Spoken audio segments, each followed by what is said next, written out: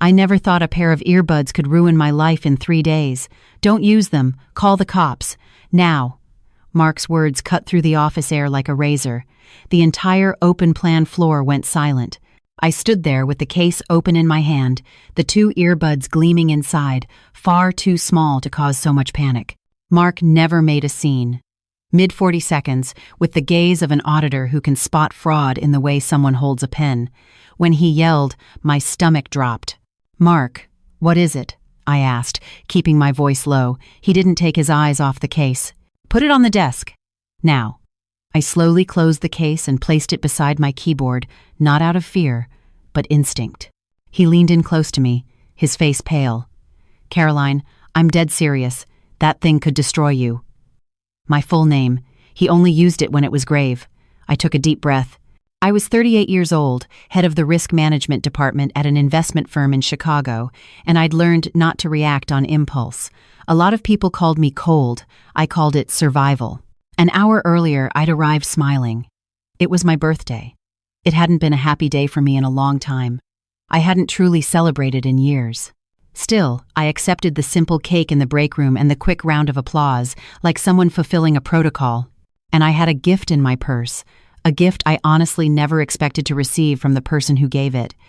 Lucy, my husband's daughter, 22 years old, beautiful, smart, and always distant. For years, she'd treated me like a house guest who had overstayed her welcome. The night before, she'd shown up at our condo with a bag from a high-end store, handed me the black case, and said with a calculated sweetness, "I want to start over. This is something useful for you." "It's problems 2-minute betted."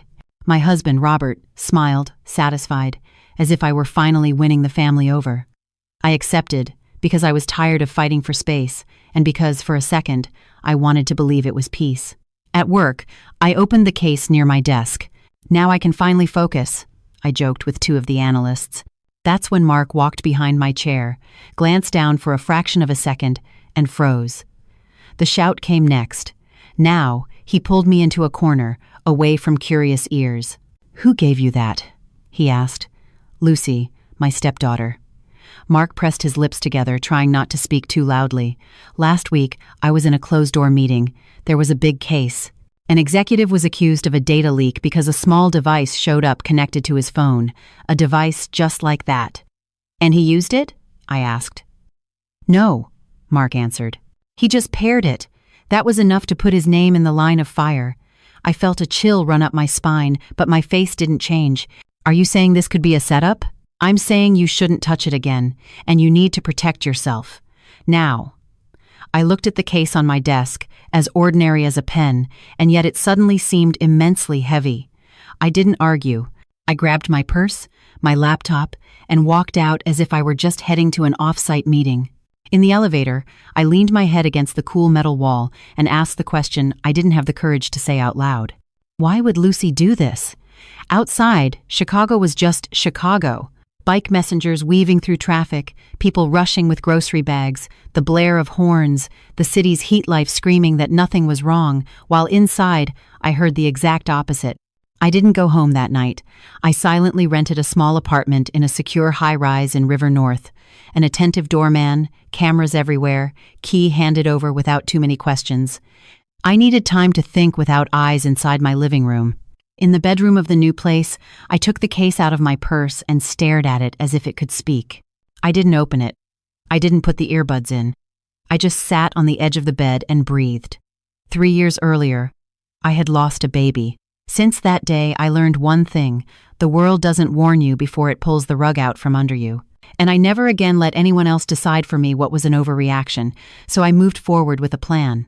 First, I texted my lawyer, Henry, the only one I called when something smelled like a scam.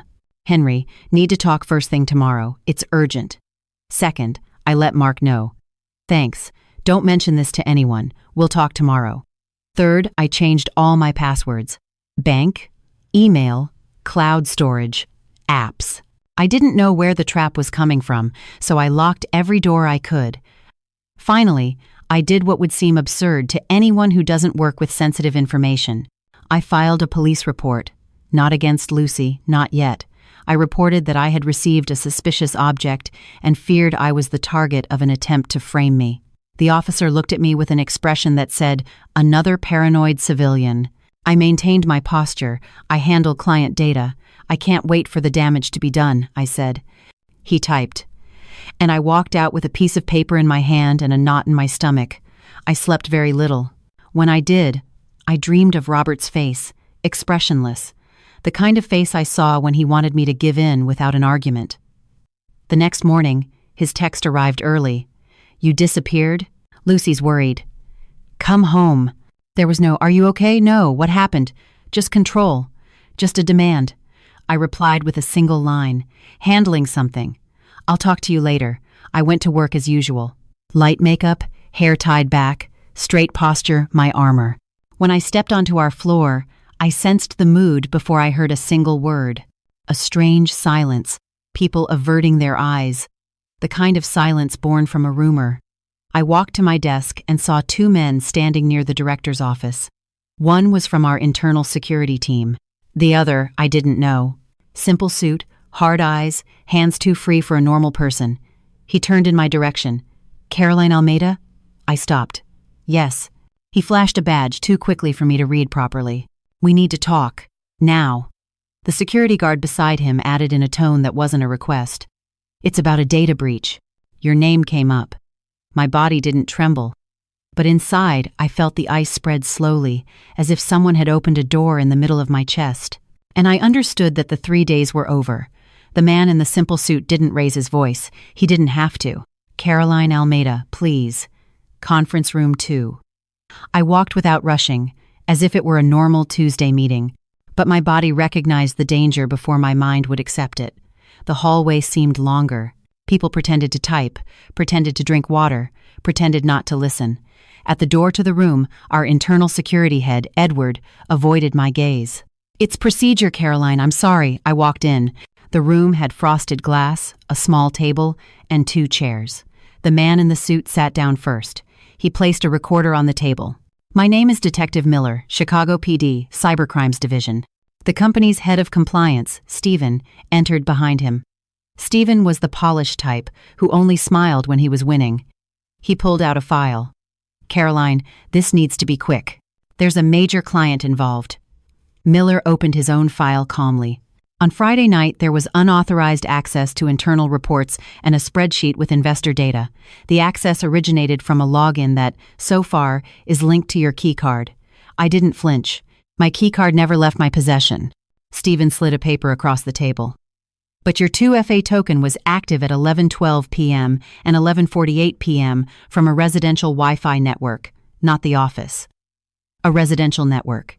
My blood ran cold. The condo I shared with Robert had Wi-Fi registered in our names. If someone wanted to link me to a breach outside the company, that was the place. Miller watched me, measuring every detail. "Were you at home on Friday night, ma'am?" "No," I replied. "I was in my car, driving to another address." "I have proof." Stephen sighed impatiently. "The point is, this has become a reputational risk. We need to understand if this was carelessness or intentional." I pressed my fingertips firmly on the table. "Are you accusing me, or are you investigating?" Miller answered before Stephen could. "Investigating, but your name came up, and someone filed a formal complaint." My stomach tightened. "Who?" Stephen looked away. A small gesture, but a very clear one. Miller didn't look away. "Your husband, Robert Moreira." The room suddenly felt smaller. I could hear my own heart beating, but my face didn't change. I wouldn't give them that pleasure. "He reported what, exactly?" I asked. Miller read from his file. "That you were manipulating information for personal gain and had been acting erratically. According to him, your behavior had changed in recent months." I almost laughed. Almost. Stephen tried to soften it. "Caroline, this is serious. When a complaint comes in with a name and a social security number, we can't ignore it." I stared at the file on the table. Inside, I was thinking one thing. Robert wasn't protecting his daughter. He was feeding me to the wolves. I knew how this worked. I worked in risk. I knew the value of a prepackaged narrative. He wanted to paint me as unstable, unpredictable, dangerous. That way, anything that appeared under my name would seem plausible. Miller continued, "There's another point. A witness stated they saw you with a new pair of in-ear earbuds at the office, a specific model. The case—" I looked at Stephen. Mark told them. Stephen didn't deny it. Mark registered it as an alert. He did the right thing. Miller leaned his elbows on the table. "Do you still have this object, ma'am?" I did. It was in my purse, inside a sealed plastic bag with tape over the seal and my signature across it. I had done it in the middle of the night, calmly, not because I knew everything, but because I'd learned to document anything that could be turned into a weapon. I opened my purse and slowly placed the package on the table. Miller didn't touch it. "What is this?" "The earbuds. I didn't use them. I didn't open the case after the warning. I filed a police report yesterday." Stephen blinked, surprised. "You went to the police?" "Yes," I replied, "because I knew someone was going to try to pin something on me." Miller picked up the report number and read the summary on his device. His expression changed. It didn't soften, but it became more careful. "You were right to document this." Stephen pursed his lips. "Even so, the firm will need to place you on temporary leave." I tilted my head. "No." Stephen frowned. "Caroline, it's protocol." "Protocol is to investigate based on facts," I said coldly. "I came to work. I am here. You can monitor me, access my computer, check my logs. But putting me on leave before you investigate is convicting me." Stephen opened his mouth to argue. Miller raised a hand, controlling the room. "She has a point. Suspension without a full analysis could lead to a wrongful termination suit. Let's do this the right way." I saw Stephen's gaze harden. He wanted speed, and I was the obstacle. Miller pulled out an authorization form. "Caroline, we need to collect your corporate laptop and your cell phone for forensic analysis. Do you consent?" I agreed, and I moved my own plan forward right there. "I consent," I said, "but I want a copy of the seizure form and my attorney present." Stephen let out a short, irritated sound. "An attorney, Caroline? That's an overreaction." I cut him off without raising my voice. "An overreaction is someone accessing data in my name at 11 p.m. and everyone thinking that's normal. An attorney is protection." Miller nodded. "She has that right." Stephen fell silent. While Edward collected my laptop, I sent a quick message from my personal phone, which I would not be handing over. "Henry, my husband reported me. The company and the police are questioning me. I need you here now." The reply came in less than a minute. "Henry, I'm on my way. Don't sign anything without me. Don't go home." I had no intention of going back. Miller stood up. "Let's be clear, Caroline. If this device has any kind of modification, and if the access was made from your home network, you're going to have to prove you weren't involved." "I will prove it," I replied. He looked at me with a seriousness that wasn't a threat, but a statement of reality. "And I suggest you stop underestimating the source of this." I thought of Lucy, her soft voice, the elegant bag, the restrained smile. And I thought of Robert, the way he told me to come home as if I were a child being punished. I was no longer in a family conflict. I was in the middle of something that could take down my career, my freedom, everything. When Henry arrived, the atmosphere in the room shifted. A lawyer in the room always changes the air. He squeezed my hand. "Caroline, are you okay?" "I'm lucid," I said. It was the most emotion I would give them. Henry quickly read everything on the table, requested a copy of every document, and noted down times, names, and titles. Miller observed him with respect, Stephen with impatience. Then Henry asked the question I hadn't yet asked out loud. "Who had access to Caroline's home environment on Friday?" I answered before my body could hesitate. "My husband and his daughter. They have keys, passwords, the routine." Stephen sighed as if this were just domestic drama. Henry was unfazed. "Then you should note that," he said, looking at Miller. "Because someone who wants to frame a person doesn't need to touch the device. They just need to put her name in its path." Miller didn't argue. "I'm taking this item for official analysis, but I'm warning you, this could take time."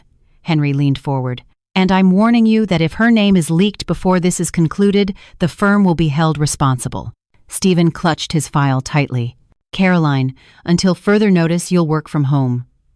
I looked at him. Work from home? From the place where the unauthorized access had been registered? "I don't have a home," I said flatly. "I left." He looked confused. So did Miller. "Why?" I took a breath. Because I'm not an idiot. On my way out, Mark appeared near the break room. He was tense, as if carrying guilt. "Caroline, I'm so sorry." I stopped for half a second. "You saved me," I said. "Just don't tell that to anyone else." Mark nodded, swallowing hard. I walked out to the street with Henry by my side. The morning sun was shining as if it were a normal day. That's what hurt. The world didn't stop for what they were doing to me. My personal phone buzzed.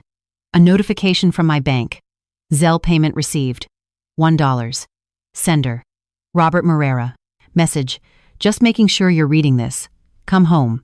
Henry saw my face harden. "What is it?" I showed him the screen. Henry grew serious. "He's testing contact and provoking you." I put the phone away. "No one sends $1 out of affection," I said coldly. "This is a warning." Henry rubbed his chin. "Caroline, if he filed a formal complaint, he might try more." As if the universe wanted to confirm it, my phone vibrated again. It was an unknown number. I answered. "Caroline Almeida?" a woman's voice asked. "Yes. This is the Cook County Courthouse, Family Division. I'm confirming receipt of a summons. Are you aware of a motion filed by Mr. Robert Morera?" My chest felt tight. "What motion?" I asked. The woman replied with the cruel neutrality of someone just doing their job. "A request for a protective order and removal from the home, alleging risk." I closed my eyes for 1 second, just one. When I opened them, I was whole again, because I understood. Robert didn't just want to frame me at work. He wanted to cut me off from everything. The voice from the courthouse was still in my ear as I crossed the street and entered a small cafe, the kind with a glass counter and the smell of freshly baked croissants. Henry sat across from me and took out his phone. "A protective order is no joke," he said. "If he gets a temporary injunction, you can't set foot in the condo. If you do, he'll claim you violated it, and it'll make headlines." I stared at the sugar at the bottom of my glass without stirring. "He painted me as a threat." "He painted you as unstable," Henry corrected. "That's worse, because everyone believes it faster." I felt the urge to call Robert, to ask why, to demand an explanation. I didn't. I learned early that people who orchestrate these things only win when you beg. "What's the next step?" I asked. Henry opened the court's app and confirmed the case number. "First, we're filing a motion to access the case file today. Second, we'll file a response and a motion to dismiss. Third, we're going to prove he's using the judiciary as a tool of control." I set my cup down. "And the data breach?" "One thing at a time," Henry said, with no patience for drama. "But it's all connected. He wants to kick you out of the house to isolate you and create a single narrative. He wants you with no ground to stand on." I gave a slight nod. "Then I'll create my own ground." Henry looked at me as if he knew I was angry, but didn't need me to shout it. "You need a fixed address," he said. "A safe one. And you need to document everything, every call, every message, every contact attempt." I had already been doing that since I filed the police report. I left the cafe and got a rideshare. As the driver made his way down Michigan Avenue, my phone vibrated again. Bank notification. Password changed successfully. I hadn't changed it. My finger froze on the screen. Then came a second notification. Your account was accessed on a new device. I closed my eyes for half a second. This wasn't just a complaint, not just a protective order. It was a layered attack. I called the bank's fraud department right there, without taking a deep breath, without hesitating. I requested an immediate freeze on all access, a complete password overhaul, and the cancellation of all secondary cards. The agent asked for security confirmations. I answered on autopilot. When I hung up, the driver looked at me in the rearview mirror. "Everything okay, ma'am?" I smiled politely. "It's under control." It was a lie, but a necessary one. In my temporary apartment, I sat on the living room floor with my personal laptop, a notebook, and a pen. Simple things, real things. I drew a timeline. Thursday, Lucy delivers the earbuds. Friday night, unauthorized access on my login. Saturday, my husband files a complaint. Sunday, I file a police report and change my passwords. Monday, the police and compliance call me in. Now, a request for a protective order. The constant factor? Robert was always one step ahead, not because he was brilliant, but because he had access to my home, my routine, my former trust.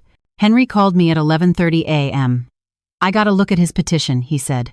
Do you want to hear it or read it later? Tell me. He claims you threatened him, that you monitored his conversations, that you tried to control his finances, and that you had a breakdown last week. I let out a short puff of air through my nose. I don't even raise my voice.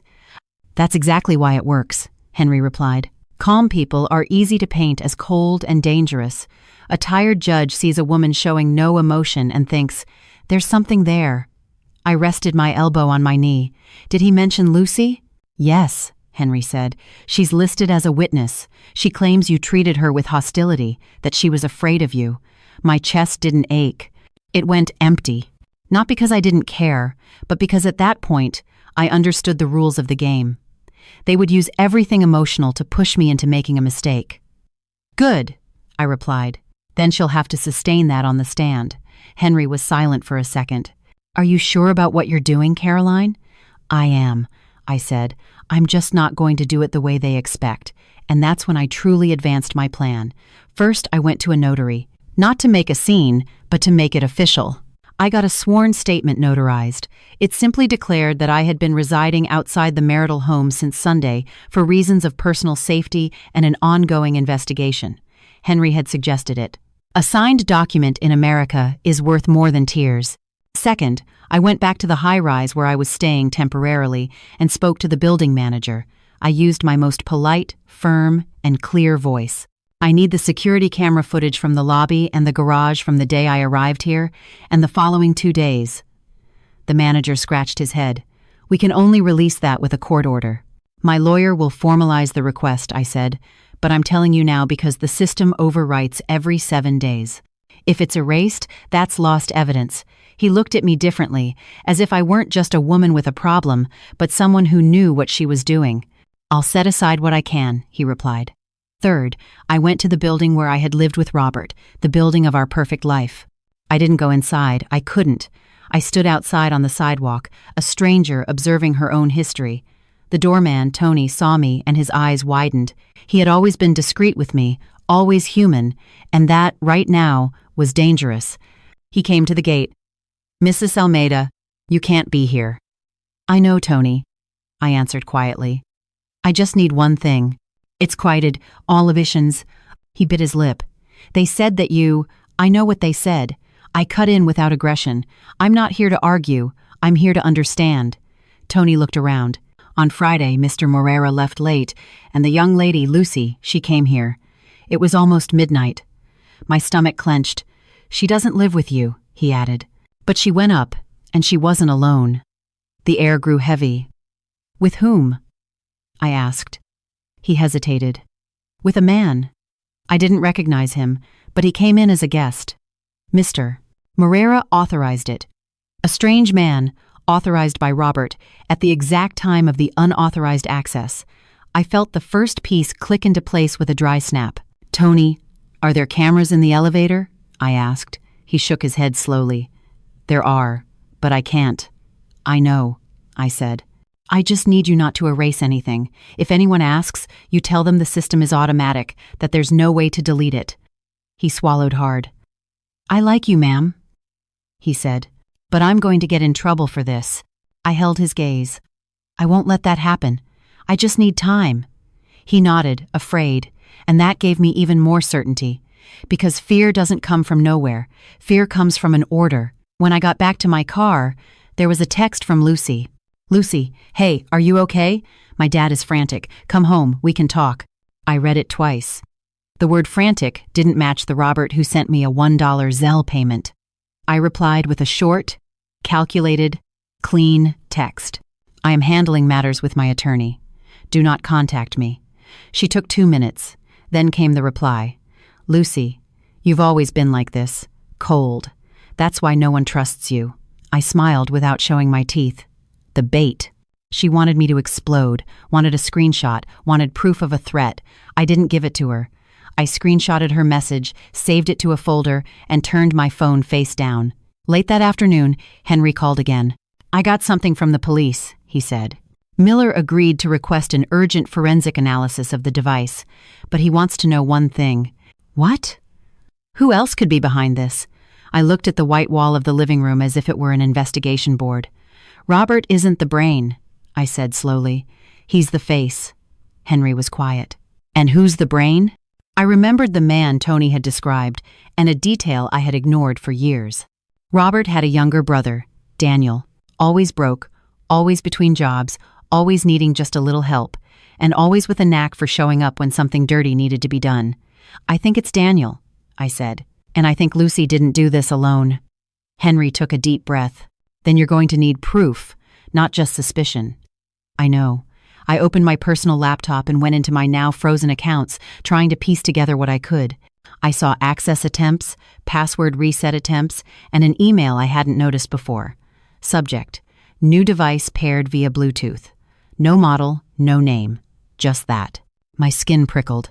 If that pair of earbuds had been modified to register a pairing, someone could have created a perfect trail. The object passed through my hands, touched my environment, connected in my name. I didn't need to use them. I just needed to exist near them. That was it.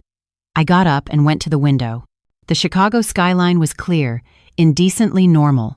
And then my phone vibrated again. This time it was a short audio message from an unknown number. I clicked play. The voice that came out wasn't Robert's, wasn't Lucy's. It was male, young, laughing softly. You did the right thing leaving the house, Caroline, but it's too late. We just need you in the right place at the right time.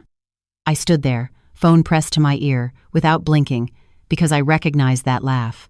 I'd heard it at family dinners. It was Daniel. I listened to the audio 3 times. By the 3rd time, I felt no surprise. I felt a cold, calm, as if my body had finally understood that I was at war. Henry arrived at my temporary apartment in less than an hour. When he walked in, I was sitting at the table with my phone and the open notebook. The timeline now had names. He listened to the audio, clenched his jaw, and looked at me. This is a direct threat. We'll add it to the file. I want him to think I'm scared, I said, but I'm not going to run without a direction. Henry pulled up a chair. Caroline, I know you're cold, but here you need to be strategic and fast. I'm strategic precisely because I'm cold, I replied without raising my voice. He nodded. It wasn't an argument. It was an alignment. I opened my banking app on my laptop and showed him something I hadn't mentioned yet. Look, the password reset attempts were made using an old security question. Innovation. As a matter, Henry frowned. Which one? What was the name of my first dog? He blinked. How would anyone know that? I rested the pen on the paper. Robert, I told him once, joking, early in our marriage. Only he knows. Henry took a deep breath. So he's not just accusing you, he's actively attacking you. He always has, I said. He just used to call it taking care of me. Henry leaned in. Okay, let's package this up. Daniel's audio, screenshots of Lucy's messages, the $1 Zelle, the police report, and an emergency motion in the family court case. And I'm going to ask the judge to reverse the order based on risk of manipulation and stalking. I nodded. But what I needed wasn't just to defend myself on paper.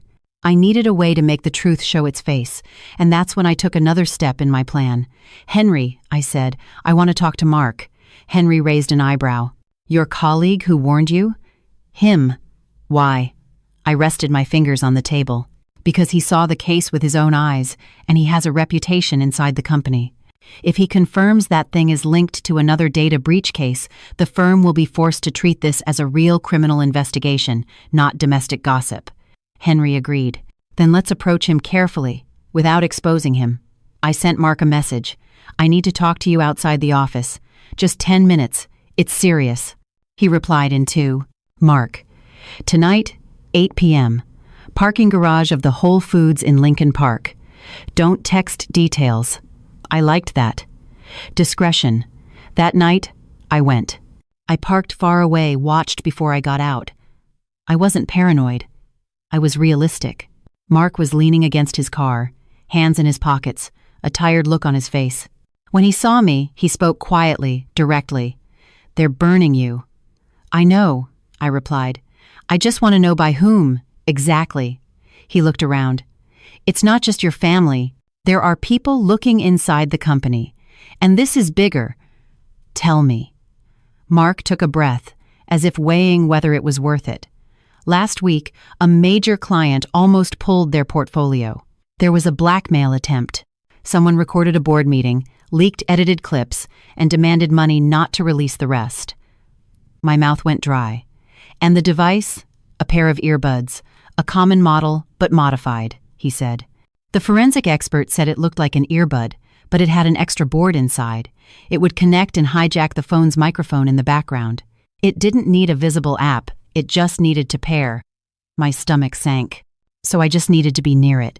Exactly, Mark replied. You become the entry point. Anyone who looks at the log sees your name, and that's it. You become the disposable piece. I looked him in the face. Did you tell compliance this? I alerted them.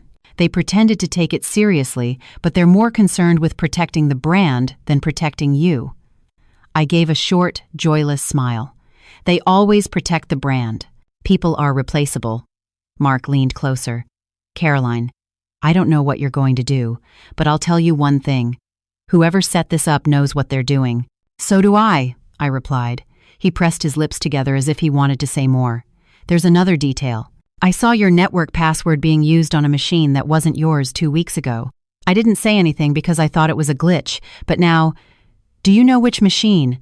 I asked, holding my breath. One in the small conference room, room 4. I closed my eyes for a second. Room 4 was used for sensitive client meetings, and only a few people had access. Stephen, Edward, and Robert, when he came to pick me up and would wait there. I opened my eyes and felt an almost clean certainty. Robert had used the corporate environment as a rehearsal. Then he used our home as the stage. Then he used his daughter as the mask. Mark took a step closer. Are you going to report this? I already have, I said. Now I'm going to prove it. Mark swallowed hard. You need protection. I need time, I replied, and for them to make a mistake. I went back to the temporary apartment to find Henry waiting with his laptop open. He'd gotten news. Caroline, he said, a process server tried to find you at the condo today. Robert filed for an emergency hearing, claiming you're on the run. I took off my jacket slowly. He wants to paint me as guilty of everything. Henry nodded. And there's more. Lucy posted a vague story on Instagram. Doesn't use your name, but anyone could figure it out, talking about controlling women who destroy families. It's making the rounds. I felt the weight of it. Not shame, but disgust. I sat down and opened my phone. The post was there, full of comments from people who knew nothing, judging as if it were a soap opera. I read one comment that hurt more than all the others. Poor Dad. He deserves some peace. Peace? I laughed without a sound. Henry slammed his laptop shut. I'm filing for an emergency injunction to have that removed and stop the defamation. No, I said. He stared at me. What do you mean, no? Let her, I replied. Every word she writes will become evidence of a pattern. She's digging. Henry sighed with irritation, but he understood. You want her to expose herself? I want her to feel too safe, I said. Because people who feel too safe make mistakes. Henry was silent for a moment, then said, Miller called me. The preliminary forensics found a microboard in the earbud case. It's not a normal device. It's bugged. My whole body went cold. So, it's official. It's official, Henry confirmed. And now this becomes a real criminal case. I got up, went to the sink, filled a glass with water, and drank it like medicine. I came back and rested my hands on the table. Henry, I want one thing. Name it. I want Robert to believe he's won, that he's kicked me out. Henry frowned. What do you mean? I'm going to send him a short message. I said, I'm going to pretend I'm broken, that I can't take it anymore, that I'll accept a deal. Henry's posture stiffened. No. Yes, I replied calmly, because he'll open his mouth and Daniel will want the money, and Lucy will want to watch. They'll show up. Henry ran a hand over his face. You're putting yourself in the line of fire. I'm already there, I said. Except now I choose where. I picked up my phone, opened my conversation with Robert, and slowly typed, I don't want to fight anymore. Let's talk. I'll agree to resolve this calmly. I didn't send it right away. I looked at Henry. You'll be with me. He sighed. I will. I sent it. The blue check marks appeared instantly, too fast, as if he'd been waiting. 2 minutes later, he replied. Robert. Finally. Tomorrow, 7 p.m. That restaurant in the West Loop.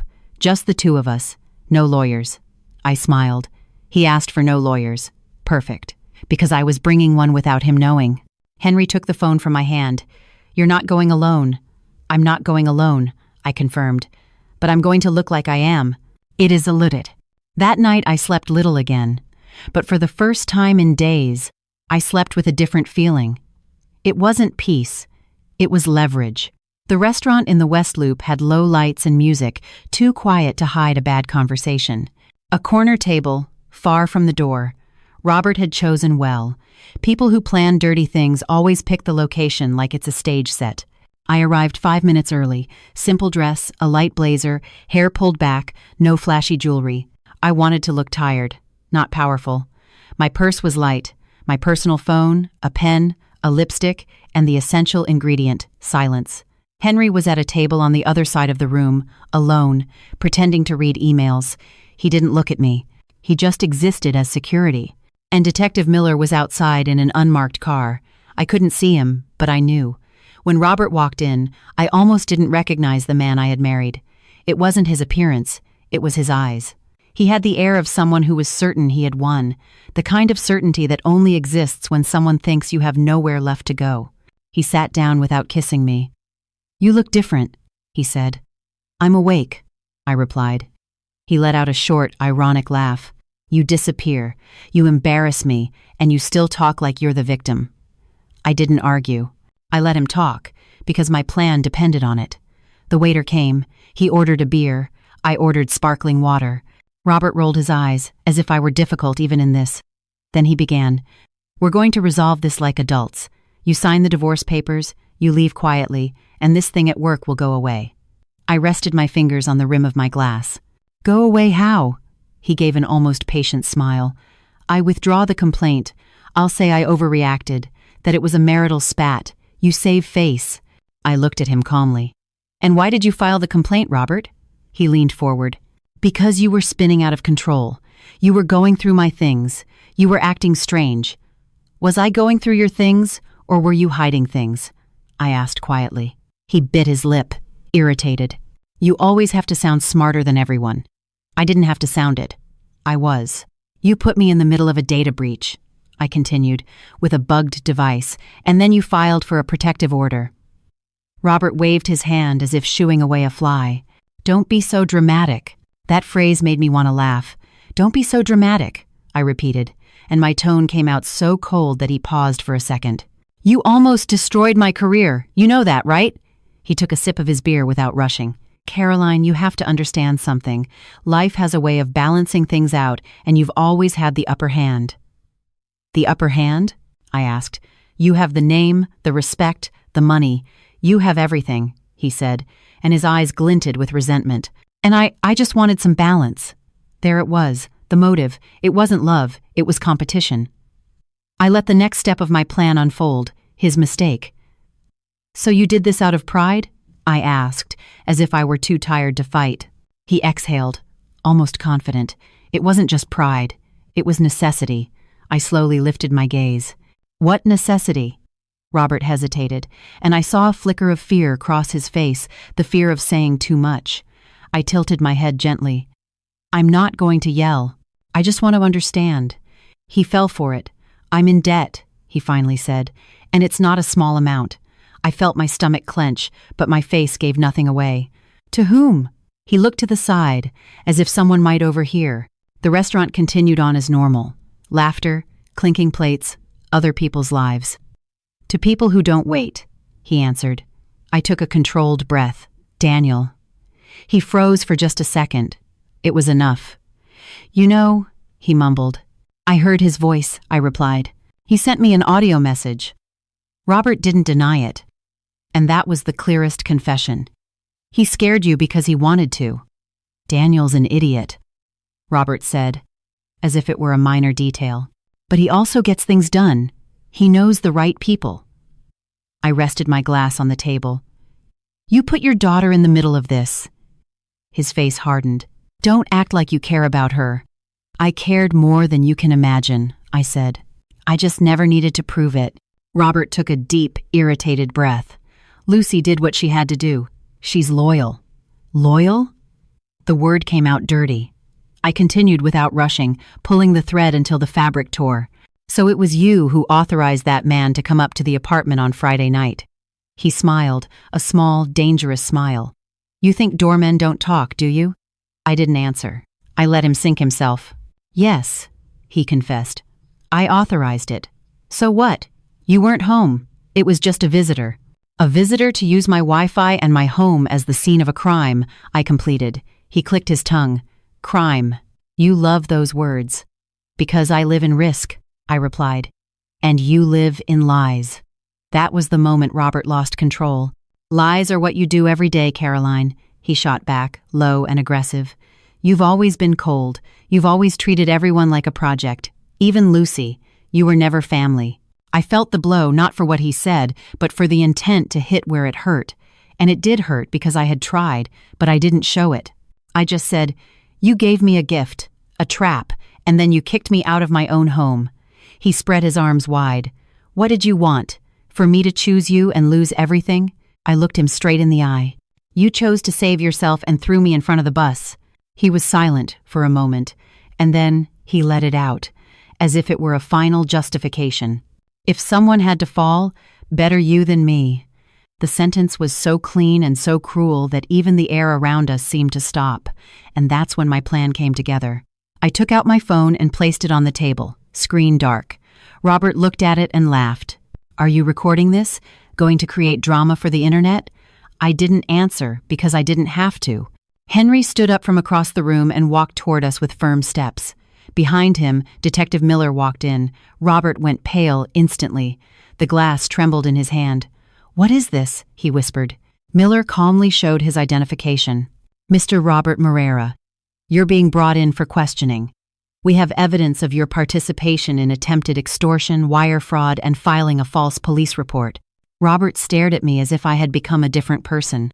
You set me up. I stood up slowly without touching him. No, I replied. You set yourself up. I just stopped pretending I didn't see it. He tried to stand too, but Miller placed a hand on his shoulder. And before he was led away, Robert had the audacity to say, You're going to destroy Lucy too? I looked at him with the coldness he had always deserved. I'm going to save Lucy from the father you've become.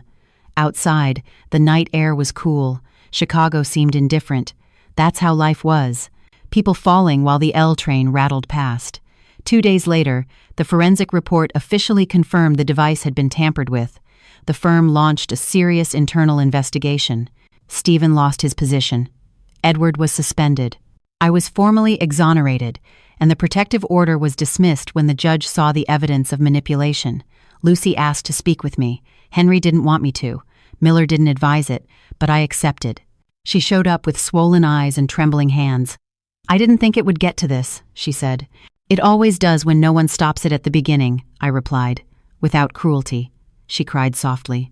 My dad said you were going to leave us, that you were going to take everything. I looked at this girl who had tried to destroy me, and for a second, I saw someone who had never felt safe. I'm not going to take your life away, I said, but you are going to learn to answer for your actions. She sat in silence, for the first time without theatrics. That week, I returned to work. I walked into the building with my head held high, not because I wanted applause, but because I deserved my ground. And when I sat at my desk, Mark walked by and left a small, folded note without looking at me. You proved that calm isn't weakness. I put it in my pocket. On Friday, I woke up early in my new apartment. I made coffee and opened the window. The sun came in slowly, as if it didn't want to startle me. My phone was quiet, and for the first time in a long time, so was I. Family can hurt on any continent, but dignity, that's something you rebuild with your own 2 hands.